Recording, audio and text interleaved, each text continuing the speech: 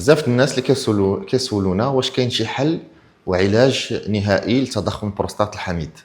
من قبل كنا كنعالجوا المرضى بالادويه وكنتسناو حتى توصل ساعه الحسم ولا الساعه اللي ما يبقاش يقضي فيها الدواء، وديك الساعه كندوزوا للعمليه الجراحيه.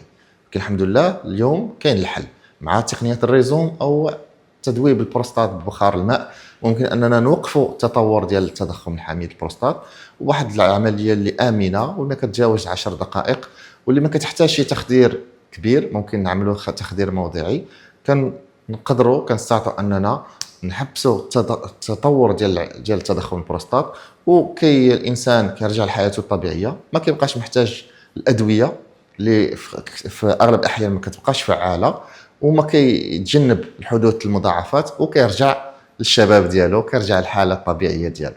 ثقة في العلاج، راحة في الحياة.